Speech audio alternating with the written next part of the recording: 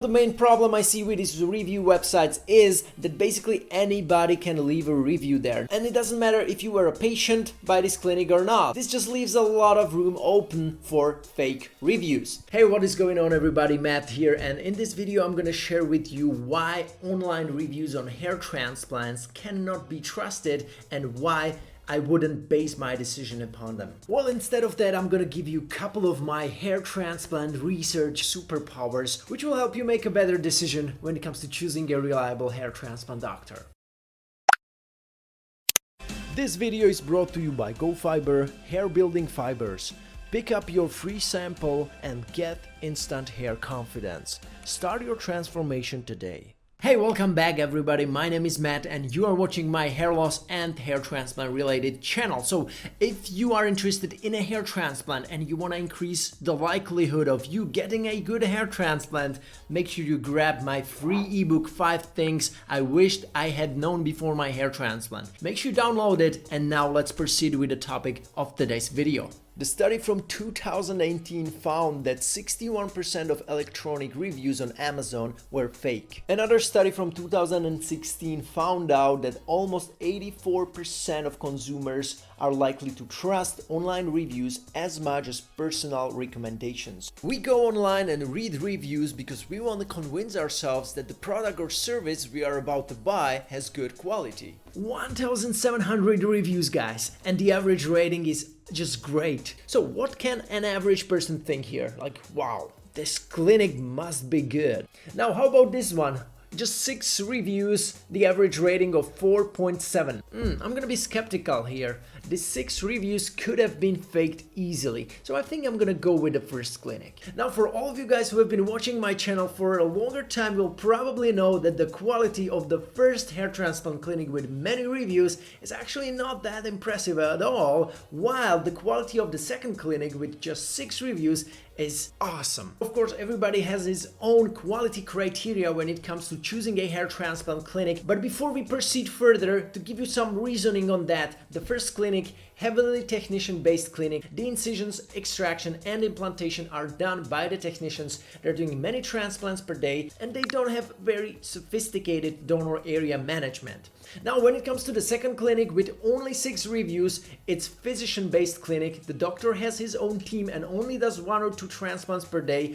The doctor does the most of the procedure himself and the donor area management is great. And these were just some of my quality criteria for a hair transplant clinic. But this example was only meant to show you why a hair transplant clinic with many reviews may not be the best one, and also why a hair transplant clinic with just a few reviews or maybe not as good reviews may not be a bad one. Okay? Now, another problem I see with these hair transplant reviews, and you may or may not agree with me on that, it's totally fine. Websites like Google, Trustpilot, What Clinic or Proven Expert, we don't know if the patient writing the review actually was at the clinic and did the hair transplant there, because there is no verification for that. Second, there are no before and after pictures. If the patient writes a review, we only see a review, a text. This is not good. The review shouldn't be written in the first weeks after the hair transplant or even in the next couple days after the transplant, as the most online reviews are written at, but rather earliest after 1 year, because 1 year is the period when the full hair transplant result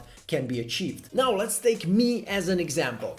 First, after I got my hair transplant, during the first couple months, I was delighted with my result. But as time started to progress, I started to notice some flaws in my hairline and things that I would have done differently. Things with my donor area and stuff like that. Well, here is how it goes. First, you get a hair transplant and your implanted hair falls out during the first couple weeks. So the only criteria of success during the first 3.5 months is, I hope at least some of the implanted hair will grow back nicely. And then as you hit the 4th month mark approximately, the hair starts growing back and you be like, awesome, 100% satisfaction, 5-star review.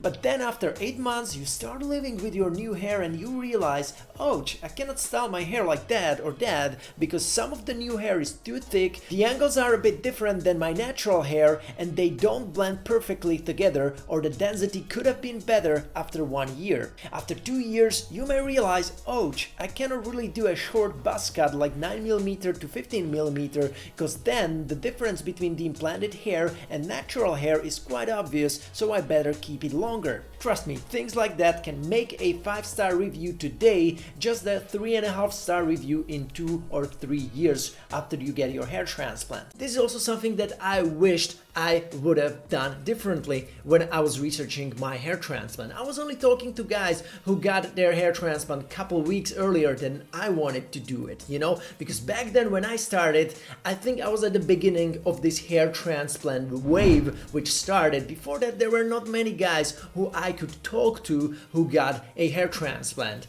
as myself, because there were no many videos on YouTube, guys posting before and after pictures I could use and talk to them personally as you can talk with me during my free consultations, for example. Okay, I'm not saying that reviews are not important at all, this is not what I'm saying, but I'm just saying for me, reviews, it's something that I would put the least amount of importance on before I research my hair transplant clinic.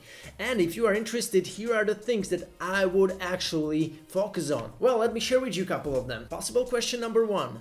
Who is gonna do the extraction, incisions, and implantation by the FUE hair transplant in your clinic? This is something you can ask your doctor. It should always be a doctor, especially by the incisions and extraction phase. But these phases should not be done by a technician, medical assistant, or medical specialist, none of that. Possible question number 2.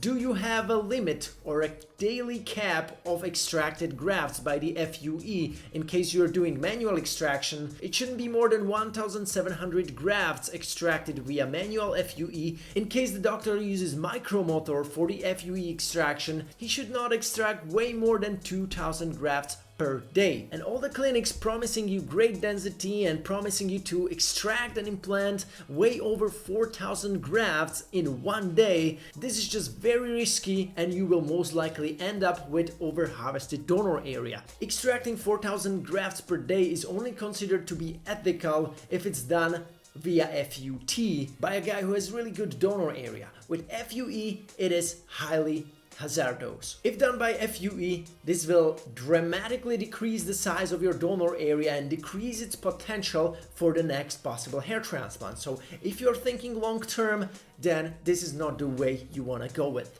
And the possible question number 3, is your doctor a member or active member of any credible hair loss or hair restoration association, as for example ISHRS or similar?